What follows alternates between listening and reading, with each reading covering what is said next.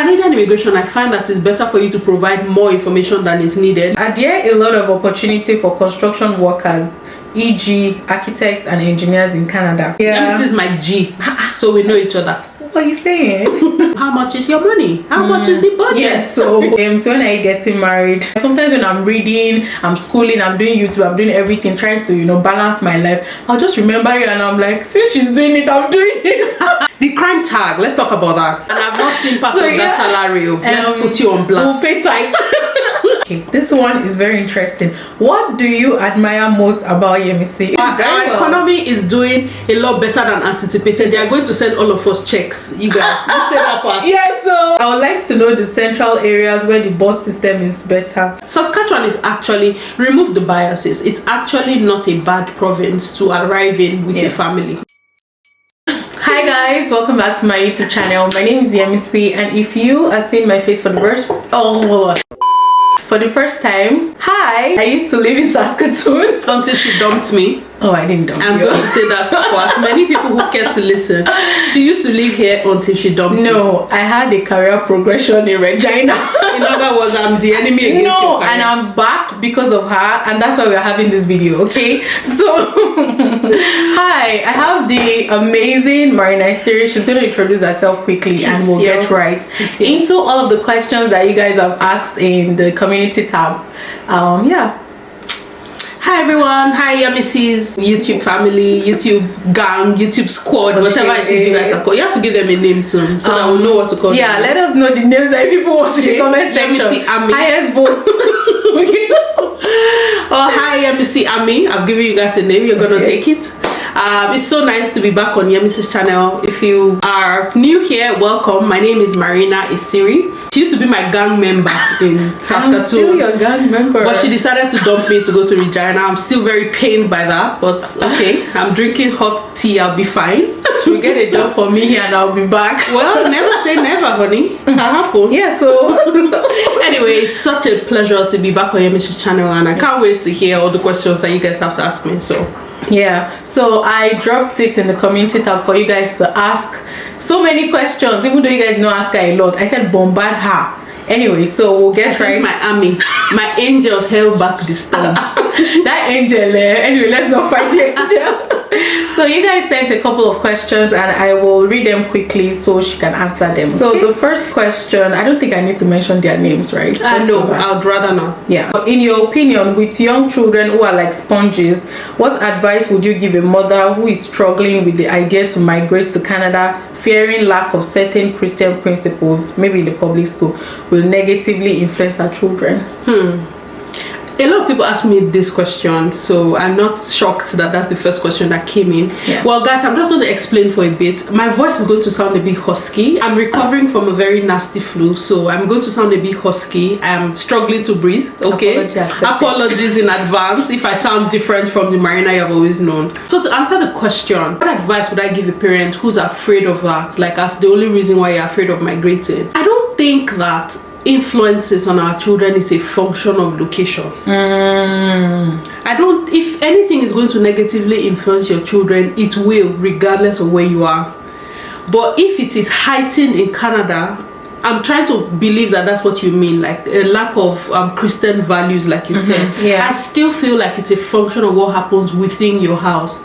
The family, what happens within your household is still going to be the first, the basic, the primary, and the most potent influence that your children are going to have. It's the value that you instill inside your house that would influence what they display when they go outside. To the fear of the world that we're in, it's not what I'm trying to say, it's not a function of Canada. It's not. There's nothing that is peculiar to Canada in the world that we are in. It is the world that we live in. It can be in your house. You should be afraid of social media. You should be afraid of their school. Things are happening in schools. So I don't know if I would narrow it as a function of that's why you should be afraid of coming to Canada. Just still instill the values that you would instill regardless of where you are, and trust that in the day of adversity the values will stand. Really, that's all I can say. But don't let that be a reason why you don't consider it. I don't think it's a strong enough reason not to consider. Okay. Yeah, good answer. And someone also answered and said, I homeschool my children for that reason here in Canada. I'm a Christian mother as well. Okay. Well, that's a personal choice. Homeschooling is a lot of work. It's a lot of work, which means that mom probably doesn't work. Yeah. And some people have the option to do that. Some others don't. Some people have the capacity because see, parenting, homeschooling, taking care of children, you need special grace. It's a special kind of patience you need to take care of children. Sometimes my own children, I'm tired, let alone taking care of other people's kids. So you need, if you have the grace to do things like that, by all means go ahead, but not me. So the same person said, oh boy, Marina and Yemi one video. Okay, another person asked, are there a lot of opportunity for construction workers, e.g. architects and engineers in Canada? Like the construction industry there, what's your take on it?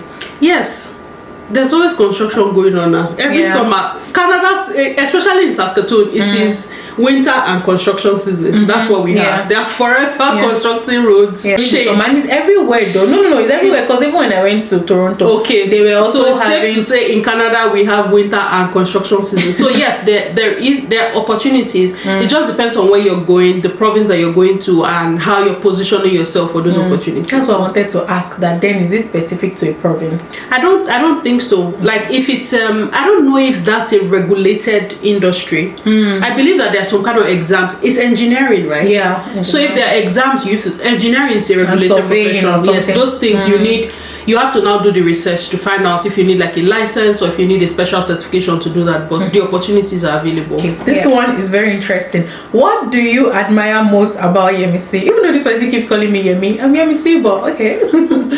That question is hard. I'll answer my own, so don't worry. Even though what do I admire the most about you? Oh my God, there are many things. Oh, really? My friend, shut up. No, for real. No, like we've never had this pride. I can smell the pride. So we've never had this conversation before, so it's actually interesting. I admire a number of things, but for me, I would say what I would put at the top of that list is your heart. Like you have a very, Yemisi is like a sponge. She's very, how do you explain those people that are very hungry to learn and they're not too proud to admit that they don't know and come at you with the, I want to learn from you, whatever you teach me, I'm ready. I like that thing. I like the, I don't know, you're just very open, you're very receptive. And that was, I don't know if you remember the first correspondence that me and you had when you came to Canada. You sent me a message and just, I think it was it email it started with? Because I knew when you came, you now sent me a message that you were and around. Phone number, and then I got your phone number and we started chatting. From that first conversation, it was I don't know, there was just something, I can't explain it. You know, why some things are meant to be is meant to be. So I felt like there was something that just kept reining me in from that conversation. And even when we were going to collaborate the first time, we changed our conversation last minute. There was no air, like I did not feel like I was stepping on toes. Say, I think we can tweak this, let's change it. Something like, yes, let's do it. Yes, let's do it. I'm like, okay, who's this person? I mean, that's just it. I really like that. Like she's very humble, very receptive to information, to feedback, very teachable. Yes, that's the word. Teachable. Thank you. For me, even though you couldn't ask me, I like the fact that, okay, so this is it. Like, you don't know it, but indirectly you motivate me a lot in all ways. Like sometimes, that's why I don't know if you, how do I put it now, there are so many times I'll ask you, how do you do it? Like, how do you juggle this? How do you do? That's because I'll just look at you or just think about you. I'm like, this lady, you're doing YouTube, you're doing this, and let me now tell you for the first time. So that's the reason why sometimes when I'm reading, I'm schooling, I'm doing YouTube, I'm doing everything, trying to balance my life, I'll just remember you and I'm like, since she's doing it, I'm doing it. I'm serious. I'm like, since she can do it, then I'll do it. And then another thing, she can carry your matter on her head if she likes you. And for those people that don't know, this one is an inside gist. But when I was preparing for my interview, like even when I was telling my friends, they were like, I people that close, she your family member. The fact that she told me, oh Yemisi, I have a lot of work, but I'll still talk to you that morning. And I told her, oh, my interview is by 12. She called me, I think like 9 o'clock or something, and we had like almost 30 to 1 hour interview sessions. And she'll just, I was asking questions. No, she'll ask me questions, I'll talk, and she'll be like, no, maybe you should say this right now. And you guys know HR consultant, so what do you, they had to just give me the job, do you get? And I've not seen part of that salary. Let's put you on blast. We'll pay tight. But yeah, so I really like that about her. She's very hardworking, strong, and she just makes me know that this thing is possible, like regardless. And yeah, that's what I really like about that. I'm happy I can be that for you. Yeah. Okay, next question before we enter emotional vibe. Okay, so the next question is, which do you prefer, Regina or Saskatoon, and why? So I think you can answer this because you've been to the two cities, right? You want to compare a city I've lived in for 6 years and the one that I visited for 1 week? What do you guys think my answer will be? Of course, my biases are going to show. But you who has lived in both, maybe you're in a better position to answer that. I think I'm also very biased with this answer because I think I bonded with people here than there. When you say here, that's Saskatoon. Yeah, because Regina, I'm still trying to navigate that area. I know why you are struggling to navigate. Because of you. All the plugs I gave you did not pick anyone. That's why. Yeah, but then, like, there's just something. Oh, I enjoy putting you on blast. Don't mind now, that plug, people should know. Anyway. Well, it's inside gist. We can't give all the details. Your leg is outside. So yeah, I think I will try to be as open as possible in Regina, but for now I think I also have my bias, and I'll say I prefer Saskatoon. I honestly just think both of them are sister cities. They mirror each other in a lot of ways. Yeah. In fact, they have some streets that are named the same. Yes. They copy each other that much. Like temperature relatively the same. A lot of things are similar. They are the two biggest cities in the province of Saskatchewan. Yeah. They copy each other, so you'll be fine in either one. Like I don't think there's any significant difference between both cities, in my opinion. Yeah, if you live in job wise though. If you're looking at government jobs, then Regina. But if you're looking at more private sector. This person has a long question. I just got admitted for a postgraduate diploma in entrepreneurship and marketing at Trent. It's just an 8-month course. My first degree is in English. English, and then now diploma in entrepreneurship and marketing. Okay. How do I convince the officer in charge of my application to please approve this time? As I was refused last year solely on the ground of he's not convinced I'll leave at the end of my stay. Note that I didn't include SOP in my last application. You've even answered your question. It seems like I've answered the question. Yeah. You must have it. Did you add a study plan in your application? Did you put like a cover note saying just said this is what my plan is? And then maybe you want to even find out what the main reason GCMS was, yes, for the refusal the last time, so that you can address this specific concerns. Yeah. Because they don't just say I'm not convinced, they give you reasons why they are not convinced. Yeah. So you want to find out, order the GCMS notes and check what the specific reason for the refusal was, and address those concerns. It might not even be your SOP, but if you can, with Canadian immigration, I find that it's better for you to provide more information than is needed. Yes. It's better for you to provide it and they don't need it, than for you to not provide it and it becomes essential. So provide all the information, all the necessary information, and if you think there's anything that will pose any form of confusion, add a cover note and explain it, just so that you get it right the first time. So yeah, that's where I would say start from. Order the GCMS notes, understand the main reason why, the specific reasons why you were rejected, and address those concerns. Yeah. Okay, next question. How long does it take to apply to Canada as a student, undergraduate? Process of visa, and how long will it take to be accepted? Wait, how long does it take to apply to Canada as a student? So that's admission stage. Okay. Then process of visa, and how long will it take to be accepted? So that's like 2-3 questions. I should add Babalawo to my name.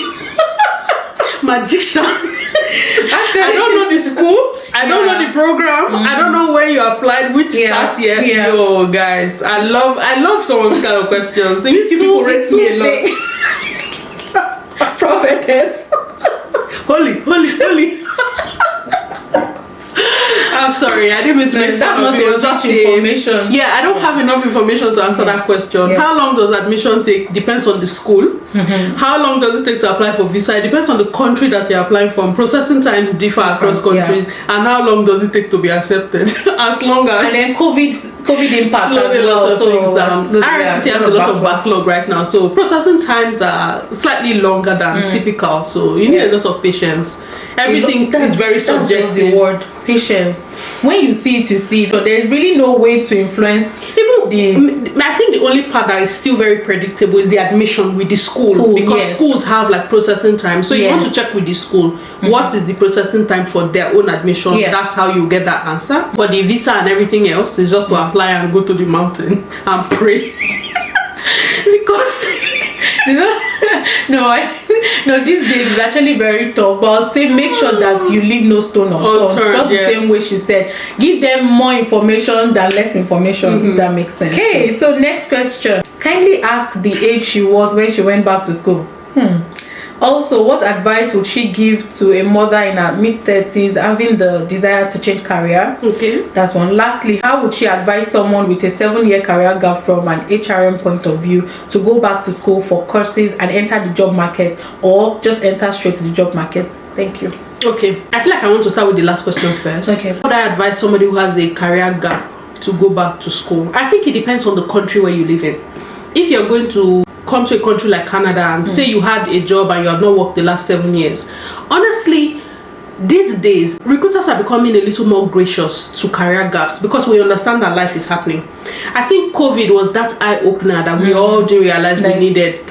COVID was our reminder that at the end of the day, beyond just the titles that we see at work, behind these titles are human beings who have lives. Things are happening. Life is happening. Like beyond just having a job, you're a mom, could be a wife, could be a husband, you're somebody's mother, you're somebody's brother, sister, friend, that you have to be there for all these other people. People can get sick and take a break from work. So it's no longer just by itself a deal breaker that you have a career gap.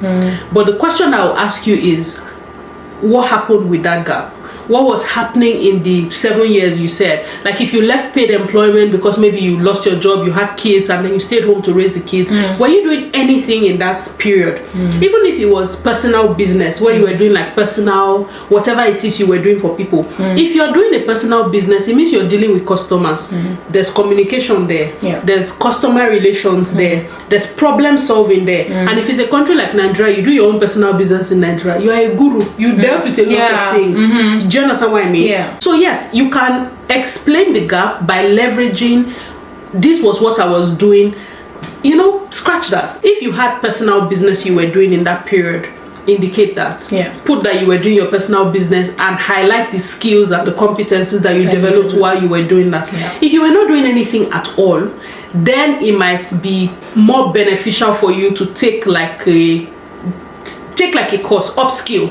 Right? If you were out of the workforce for 7 years and you didn't do anything, take a certification course, upskill. Show that in this period that I was away, I did something that I'm bringing back. I have learned a new skill, I've learned a new certification, I've learned a new just something to show that there was progress made in that 7 years.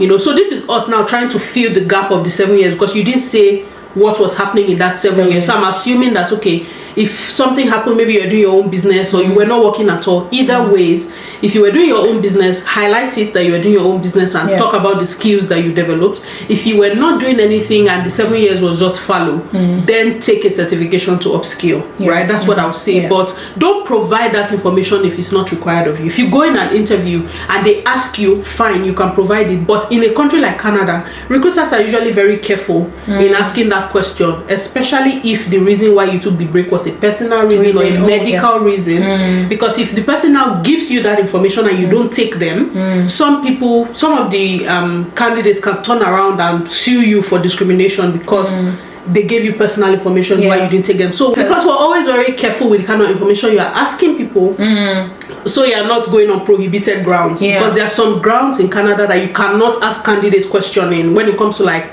their families, their medical history and things like that. Those are prohibited grounds. So we'll be careful not to ask you any question that would demand you to provide prohibited information. So long-winded answer, but because we don't have enough information on what was happening, is why we try to fill in the gap.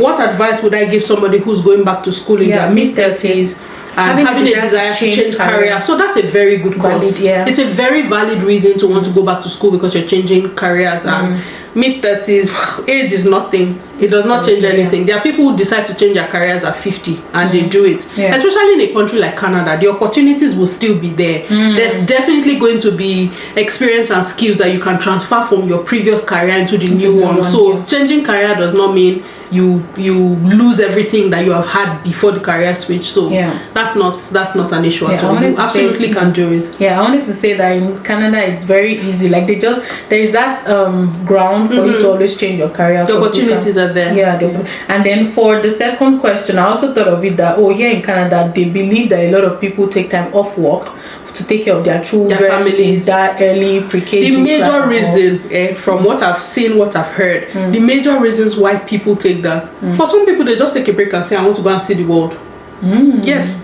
Get out of school, work for 2 years and say, I want to travel. Some people will travel top different countries after 3 years and say, now I'm ready to work. But in that traveling, they were learning stuff. That's why I'm saying, no matter what was happening in the break, there was something you were learning. There was something you were using your head to do. Do you understand? And you can leverage all that. It now depends on how you sell the skills that you acquired in that period. How you sell yourself, Okay, thank you. That was very rich. I plan to be in Canada for study next year. I am 46. And I have 2 teenage children. What province will be the best for us? That's a difficult question to answer. That's a hard question. You have 2 teenage children. What province should I go to? And he's 46. And she's 40. Well, it's not, again, your age does not it does not influence anything. The province that you go to totally depends on your preference. It totally depends on you. What do you want? Your career path. What are you in fact, if you're coming for study, it seems like the school that you're going to has already made that decision for you. Which school are you going to? If you don't already have a school, search like what career path are you looking for? What provinces has the job opportunities for that career path? So that's how you narrow it down. What are you going to be able to live there after your program is over? What is the cost of living? What is the weather like? Are you going to, how's integration going to be for your children? If you say you have teenage children, what activities are they going to be in? How do you keep them engaged? How do you keep them busy? And it's all those questions you ask and come to. And then how much is your money? How much is the budget? So there are some provinces you just try to stay away from if you don't have a lot of money. So all of those things come together to influence that decision. And unfortunately, it's not the one that Yemisi and I can make for you. Are you fit? No. I mean, we can be selfish to say come to Saskatchewan. That's almost like my default response. So what province should I go to? Go to Saskatchewan. Cost of living, check. All of us come and do this -50 together. Can't live only me. But it's really not about the -50. I don't care. The lots of opportunities part for me. That's all I say. So if we're going to be biased, Saskatchewan is actually, remove the biases, it's actually not a bad province to arrive in with a family. It's not a bad province. I feel like it's even very homely. Very homely. That's like one of the major selling points, and one of the major things that the government is even working towards: strong economy, strong community, strong families. Exactly. So that's their agenda. And strong economy is doing very well now. Yeah, our economy is doing a lot better than anticipated. They are going to send all of us checks. You guys, you say that part. Yes, so next week they are sending every Saskatchewan adult who's 18 years and over and has filed taxes and has filed taxes. They are sending all of us $500. So I'm waiting for my own. Me too. T for thanks. Before you not see one DM tomorrow. Money I don't spend. Please, I've already spent the money. I'm just waiting for the government to give me back. Thank you. In case you have plans to send that DM, the money is finished. T for thank you. Oh my god. Next question. I would like to know the central areas where the bus system is better and areas where they aren't good enough. I'm sure this is from the last like video that my friends and I made. I believe maybe Saskatoon or Regina for you guys. But it's hard to answer. Yeah. Like the buses touch major parts of the cities. So where do you want to live that? Except for the newer communities where there's no bus route yet. Yes. Then the bus won't go there. Of which I doubt that a new immigrant will just go live in that area. Actually, we have newcomers who are not going to go and live in Aspen. If you don't have a car, buses don't pass there yet. No, that's what I'm saying. Like, you must have a car. Like, you cannot just go to Aspen and say you want to live there. You don't have a car. But newcomers are going to. That's what do they have apartments there? Yes, people are renting their basements and things like that. Okay. But then you don't want to live in something like that.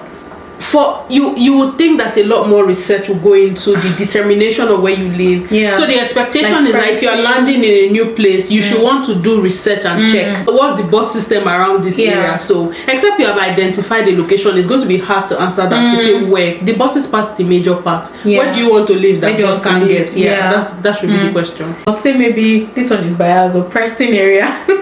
Cumberland area, around the central, very close to the university, all those kind of places. The buses pass everywhere. It's going to be hard to answer that question. It passes everywhere, but there are some places that it takes 30 minutes, like every 30 minutes to pass. There are some places that is every 15 minutes. Oh, I see. Like that 8th Street is every 10 minutes. Oh, because it's a busy area. It's a busy area, yeah. So maybe you want to also live in a busy area or places that are close to amenities.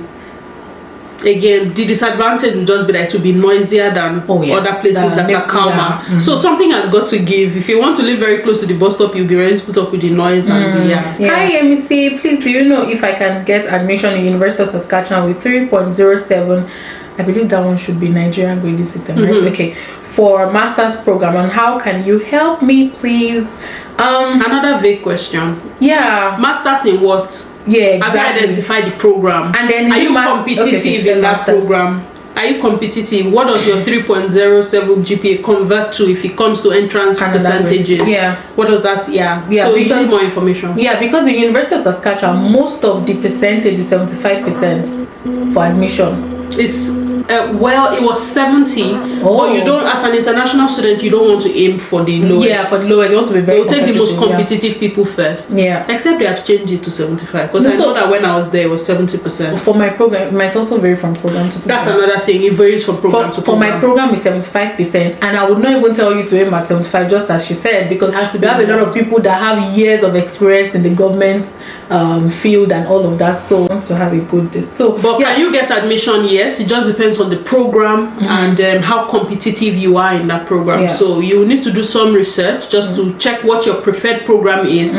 what the entrance requirements are, and how competitive you come to. 3.07, that's not 2-1. That's what I was saying. It's 2-2, so most likely graduate diploma. Yes, you might most likely need, again, depends on the program. Yeah. If her last 2 years were her strongest years, her entrance average will be high. Yes. That's why I don't like it when people write off 2-2. Because sometimes your first 2 years can be your weak years, and your last 2 years can be your strongest years in the university, and you ended up with a 2-2. But it does not mean that your entrance average is going to be bad. So check what the equivalent of your entrance average will be. The entrance average in University of Saskatchewan is computed using your last 2 years, the last 60 credits you had in university. So if those 2 years were your strongest years, you can be competitive in the admission pool. So don't write it off, just do some more research. Thank you. How much vacation time are workers allotted in Canada? Depends on the province. It depends on the province. I know Alberta is 2 weeks, Saskatchewan is 3 weeks. So no 4 weeks. Where? I don't know. I'm just knowing this one too. See, these are the only two provinces I know. I haven't looked to any other one, but I know Saskatchewan, like the standard that I hear is 3 weeks, which is 15 days. Alberta is 2 weeks. So how come people take people take 2 weeks this month, and maybe next week take 1 week and like that? It depends. So that's standard vacation time. Some other organizations have like personal leave, family leave, flexible days. So if you accumulate all those things and you plan your vacation well, you'll be able to maximize it. But say standard vacation allowance in most of the places is what I've seen. Could be wrong. It could also be a function of the organization. Some organizations might say the minimum is 3 weeks, but we're offering 4 weeks so that we'll be more competitive. So all of those factors come into play. I am in my admission process for next year 2023, and I'm confused deciding on the province: Manitoba, Alberta, Regina, or Saskatoon. Coming with my spouse if God permits. So Regina or Saskatoon, they are cities in Saskatchewan. So you are talking about, do you want to go to Manitoba, Alberta, or Saskatchewan? And that she's coming with her spouse. Okay, so the options that you have given us is that you're considering these three different prairie provinces. It's going to be hard to tell you which one to pick, because the program that you're going for is going to influence the school that you go to, and if you find that only maybe 3 schools offer the program that you're going for, you're going to have to go where those schools are. For sure. So what program are you going for? What schools offer this program? If the program is in the 3 different provinces, then it's now going to be which of the provinces has the job opportunities for you when you're done. Just similar to the question we answered earlier. So ask all those questions. What's your budget? What are you looking at? What's important to you in the long run? That's what will determine where you eventually settle. But again, if we're going to be biased, Saskatchewan it is. Please come. Thank you. And she said something like, coming with my spouse. Of course, yes, you can come with your spouse as a student. Just make sure that you have enough finances to cover. And they can have the open work permit, so the spouse can work on limited hours. Students now can work on limited hours. But then from November, right? Yes, November 15. But it's for those people that already have their visa on or after October 7, 2022, or those people that have already been admitted. So it's not just for everyone. Sorry, delete that part. Please, how long does it take a Canada work permit visa to be granted after submission and biometrics for someone applying from Nigeria? Canada work permit from Nigeria? What?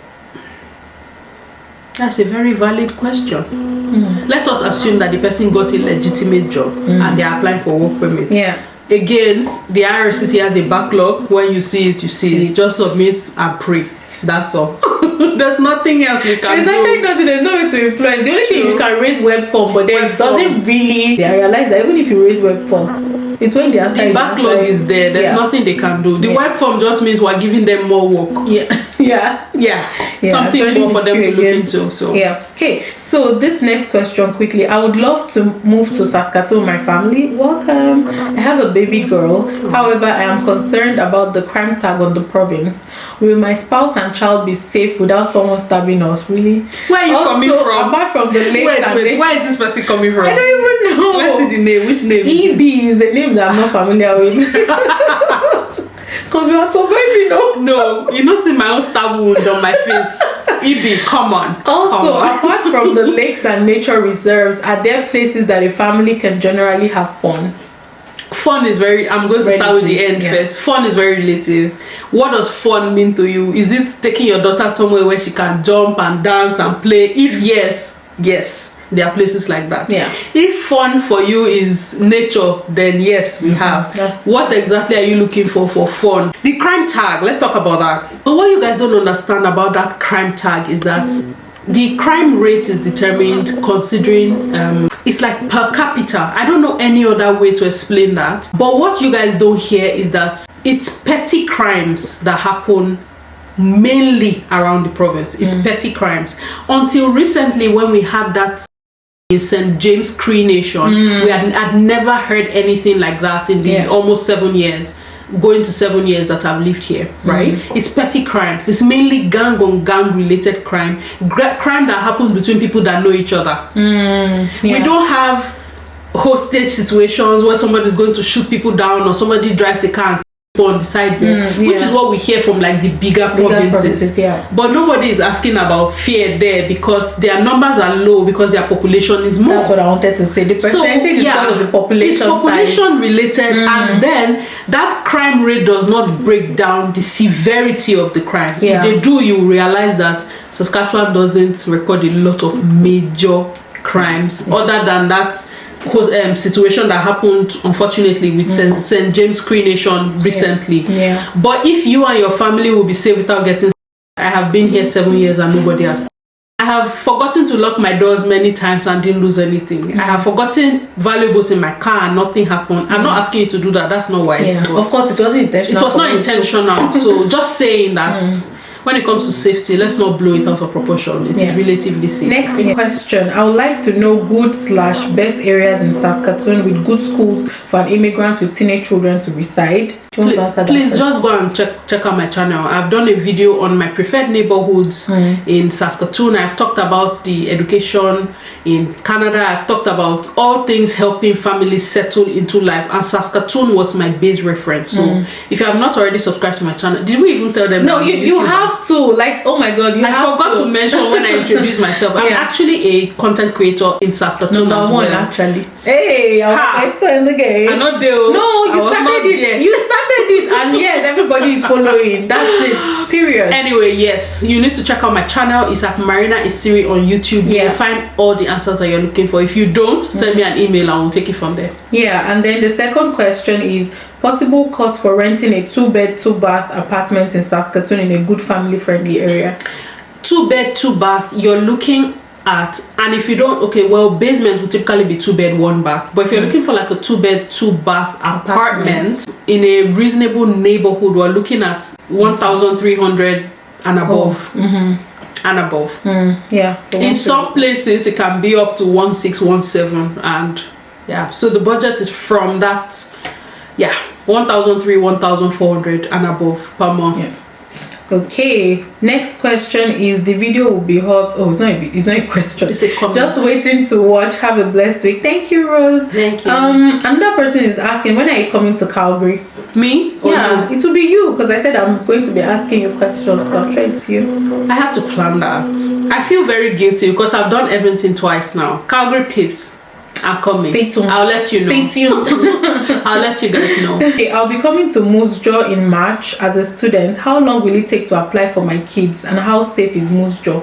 How long will it take to apply for what for your kids? Like I believe maybe apply for our kids to join. Again, her. That's very dependent on the IRCC. I can't speak to the timelines. Yeah. Is it safe in Moose Jaw? Relatively safe. Again, it's the same gang on gang. It's the same petty crimes. Nothing that anybody should lose sleep over, in my opinion. Yeah. Okay. This next question. MS_Yemisi, when are you getting married?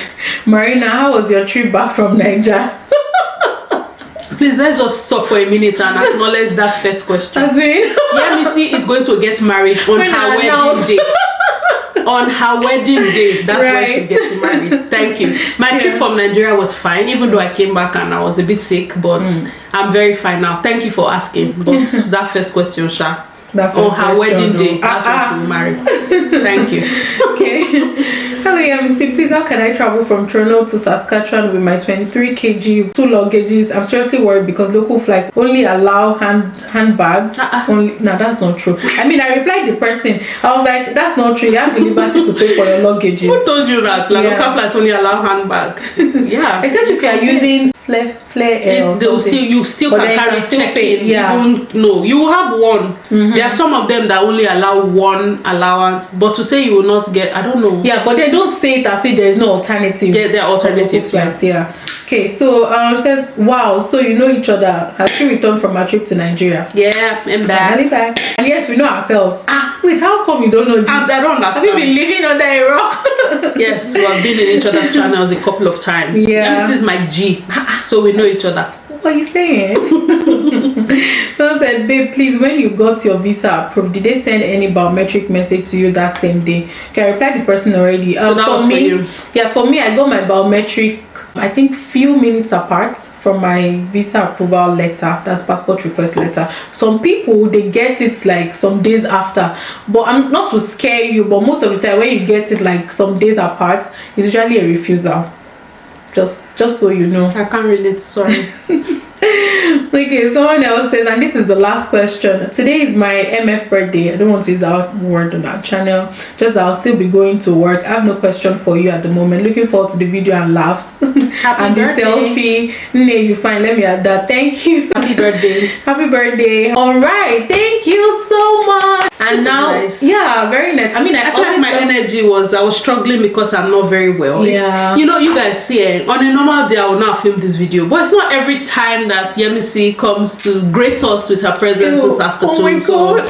I had to drag myself up. That's why I've been drinking hot tea just to make sure I'm able to talk. So, so you guys, if my energy was off, it's because I was not well. But please make sure to go to her channel because she has a YouTube channel and you'll see a lot of information on there. How to settle into Saskatchewan as a province. If you're also in the professional field, how to, you know, get all those plenty information. Just go on our channel. Maybe you should speak for yourself. Yes, actually, Marina Esiri on YouTube. You would find most of the information you need to settle in, and if you want to have a one-on-one conversation, you can book a consultation. Yes, the link to my calendar is in the description box of all my videos, so you want to check that out. My email address is there as well, so if you want to contact me, there's a way for you to reach me. So yes, also I'll be leaving the link to our channel in the description box, so do not forget to go check it out. Okay, thank you guys so much for watching. I hope that we're able to answer all of your questions. Thank you for having me. See you in the next video. Bye guys. Bye.